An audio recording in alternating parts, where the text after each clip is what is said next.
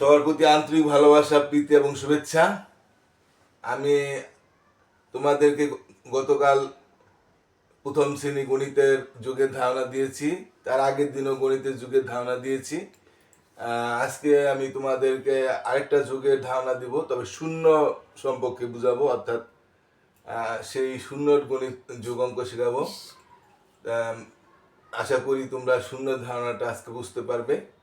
আর তোমাদের প্রতি আমাদের অনুরোধ, বা অভিভাবক যারা দেখছেন আমার চ্যানেলটা একটু দয়া করে সাবস্ক্রাইব করবেন।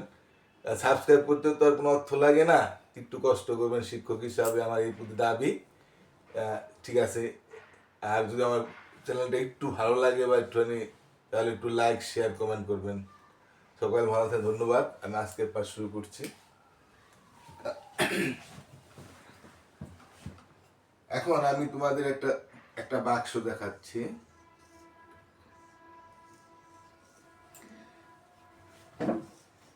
এই বাক্সগুলিতে কি এখনো কিছু নেই, খালি, তাই না? এটা খালি না? খালি, সব খালি। হ্যাঁ, খালি।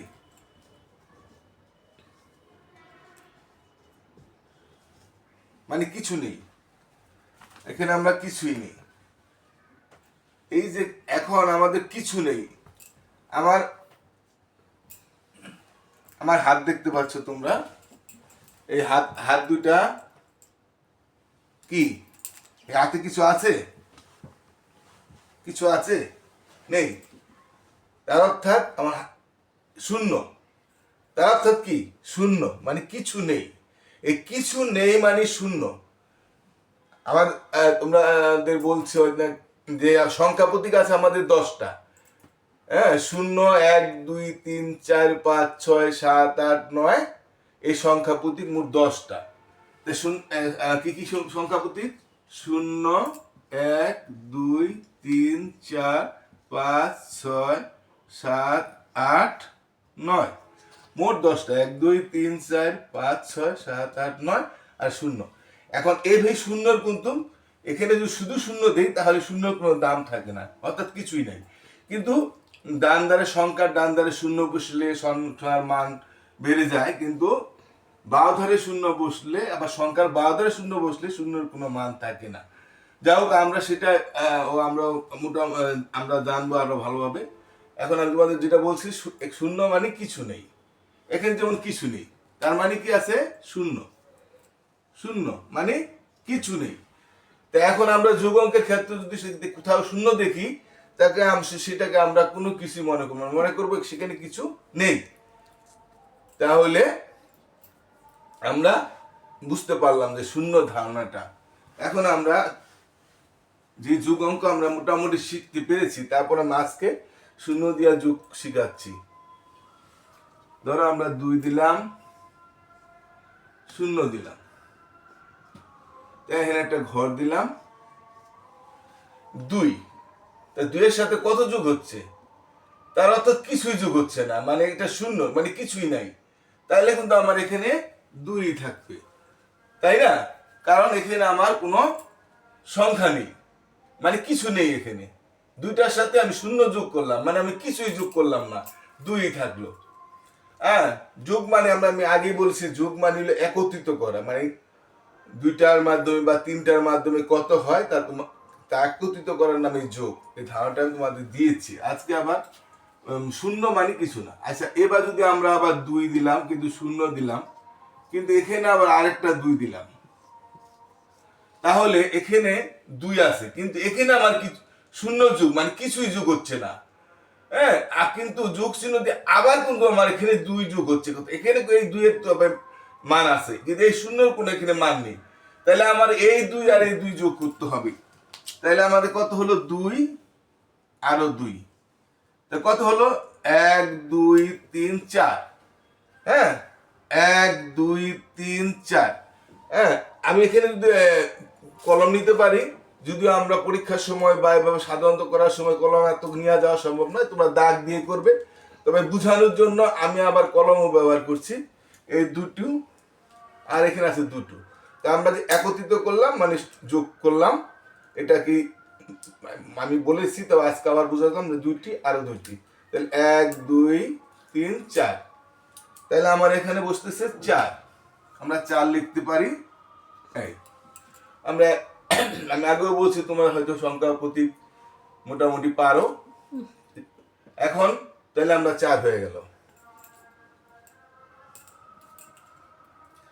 তো 4 হয়ে গেল। এখন আবার আমরা যদি আরেকটা অঙ্ক করি, মনে করে আমি এখানে 3 দিই, 2 দিছি, এখানে আমি 2 দিলাম, এখানে আমি 0 দিলাম। এখন এই শূন্যর কিন্তু কোনো মূল্য নেই, তাহলে আমার 3 আর 2 যোগ হচ্ছে, মানে এই শূন্য মানে এখানে আমার কোনো সংখ্যা যোগ হচ্ছে না, 3 আর 2 যোগ হচ্ছে। আমার শূন্যকে আমি ধরবো না, শূন্য মানে কিছু না, আমি আগে বলে দিয়েছি। তাহলে 3টা আছে, 3টা দাগ দিলাম, আর এখানে 2 আছে, 2টা দাগ দিলাম। তাহলে আমার কয়টা হয়? 1 2 3 4 5, 5 হয়। তাহলে 5 হলে এই শূন্য তো আর আমার কিছু নাই, তাহলে 5 5 আমরা বুঝতে পারলাম 5। আমরা কলমের মাধ্যমে বুঝতে পারি, যেমন এখানে আছে 3, নিলাম 3টা কলম, এখানে আছে 2, নিলাম 2টা কলম, আর এখানে শূন্য মানে কিছু নাই, তাহলে আমার এখানে আর নেওয়ার দরকার নাই। এবার আমি একত্রিত করলে কয়টা হয়? 1 2 3 4 5, এটা আমরা বুঝতে পারলাম। 3 আর 2 যোগ করলে 5 হয়। আমরা দাগ দিয়ে করতে পারি, কিন্তু তোমাদেরকে ভালোভাবে বোঝানোর জন্য আমি কলমটা ব্যবহার করছি। তোমরা পরীক্ষার সময় শুধু দাগ দিয়ে করতে পারো, কলম না নিলে হয়তো তোমাদের চলবে, বা অন্য কোনো কাঠি না নিলে, আর তুমি কেউ যদি মনে করো নিয়ে যাবে, নিতে পারো। তাহলে আমার কত হলো? 5 হলো। আবার গুনি, 1 2 3 4 5, 3 দাগ আর 2, দুটা মিলে হয় 5। তাহলে আমরা বুঝতে পারলাম যে 3 আর 2 এই শূন্যর কোনো শূন্য মানে কিছুই না। তাহলে আমরা বুঝতে পারলাম এখানে আমার 3 আর 2 যোগ করতে বলছে, এটা আমাকে যোগ করতে বলেনি। তাই আমি আবার যদি করি, আমি দিলাম, ধরো এখানে দিলাম 4, এখানে 0, এখানে 2, আবার 0। এখানে কিন্তু 4টা সংখ্যা আছে, কিন্তু 4টা সংখ্যা থাকলেও আমরা জানি শূন্যর কোনো মান নেই এখানে, অর্থাৎ শূন্য এখানে কিছুই না। তাহলে এই শূন্য দুটো আমার যোগ করার কোনো প্রয়োজন পড়বে না। এখানে 4 আছে, আমি 4টা দাগ দিই, আর এখানে 2 আছে, আমি 2টা দাগ দিই। তাই কত হলো? এই শূন্য তো আমি ধরবো না। 1 2 3 4 5 6 হলো, 6 হলো। আমরা এটা কলম দিয়ে বুঝতে পারি, এখানে 4 আছে, আমরা 4টি কলম নিলাম। এই শূন্য এখানে কিছুই নেই, এখানে 2 আছে, তাহলে আমি আরো 2টি কলম নিই। এই যে আমি আরো 2টো কলম নিলাম, আর এখানে শূন্য, এখানে শূন্যর কোনো তো মানে দাম নাই। তাহলে আমাদের 4টি আর 2টি, তাহলে কয়টি হয়? 1 2 3 4 5 6, এখানে আমরা 6 পাই, দাগ দিলেও আমরা 6 পাই। তাহলে আমাদের কত হয়? 6 হয়। তা আমরা কিন্তু ইতিমধ্যে আমি 3টি ক্লাস করেছি, তোমরা আসলে আশা করি যুগের ধারণা পেয়ে গেছো। হ্যাঁ, আমি আরেকটা যোগ করি, আজকের মতো শেষ করব। তোমরা পারবে আশা করি। যোগ অঙ্ক আমার ওই 3টি ক্লাস যদি তোমরা দেখো, তাহলে যোগ অঙ্কে মানে এভাবে যোগ অঙ্কের কোনো ধারণা আর তোমাদের ভুল হওয়ার কথা না। আচ্ছা, আমি আবার দিলাম, মনে করো কত দিব? 2 দেই, এখানে 3 দেই, এখানে 0 দেই, এখানে 2 দেই, আবার 0 দেই, যত খুশি দেই, আমার কিন্তু কোনো সমস্যা হওয়ার কথা নয়।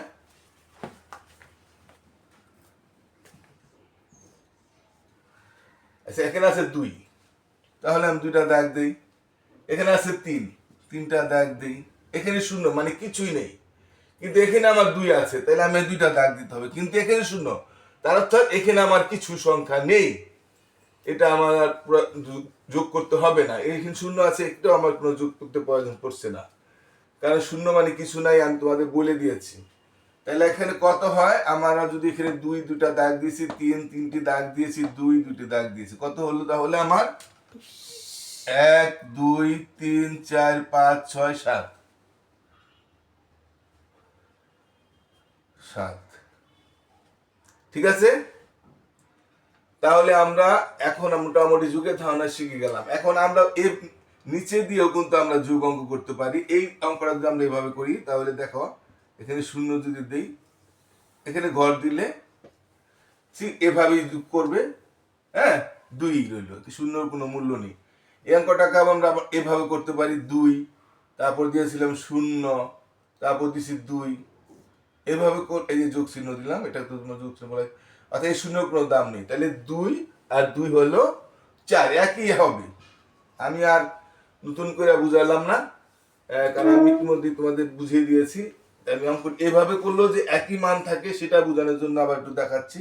3, এই 2, 0, তাহলে কত আমরা 5 হয়েছে না? এখানে ঠিক একই সংখ্যা, এখানে আমাদের 3 আর 2 যে 5 হয়, তোমাদের আমি বুঝিয়েছি, সেটা এখানে তোমরা 5 দিবা। এখানে ঘর থাকলে ঘর দিবা, আর ঘর না থাকলে তো দেওয়ার দরকার নেই, ঘর না দিলেও একই হবে। তারপর এটাকে যদি আমরা এভাবে করি তাহলে 4, 0, 2, এটা আমরা যোগ করে কত পেয়েছিলাম? 6, এখানেও 6ই হবে। হ্যাঁ, আবার এটা যদি আমরা এভাবে করি 2, হ্যাঁ, তারপর আছে 3, তারপর আছে 0, তারপর আছে 2, তারপর আছে 0। তো এখানে আমরা কত পেয়েছিলাম? এটা আমরা যোগ করে আমরা দেখিয়েছি। ঠিক এখানেও তাহলে আমরা 7 পাইছি। এখানেও যদি হয়, এভাবেও যদি হয়, তাহলে আমরা এই 7ই বসবে, তাই না? অর্থাৎ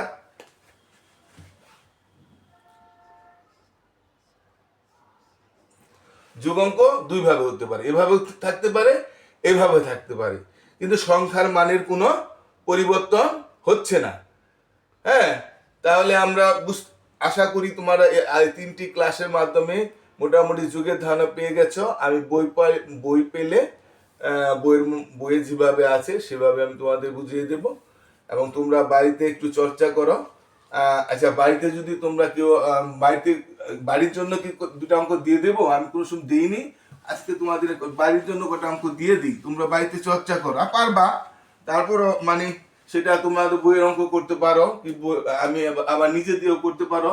না, যদি তোমাদের অভিভাবক থাকে তারাও দিতে পারে, আমি দিয়ে দিলাম, তোমরা বাড়িতে গিয়া চর্চা করবা। হ্যাঁ,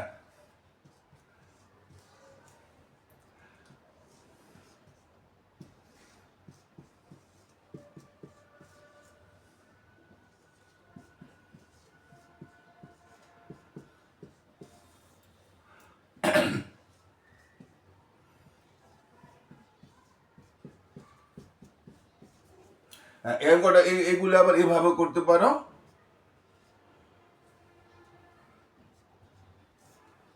একই হবে, তোমরা আবার এভাবে করো অঙ্কগুলা।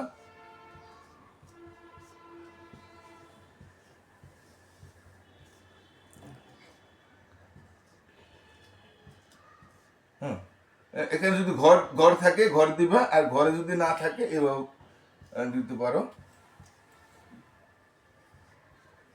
তো একই মান হবে। তো আমরা দুই ভাবে করলে অভ্যাস করলে তোমরা মানে যেভাবে অঙ্ক যোগ অঙ্ক আসুক তোমরা পারবে। তাহলে আজকের মতো আমি এখানে পাঠ শেষ করছি। তোমরা সবাই ভালো থাকবা, আমার নিয়মিত পাঠ দেখবা।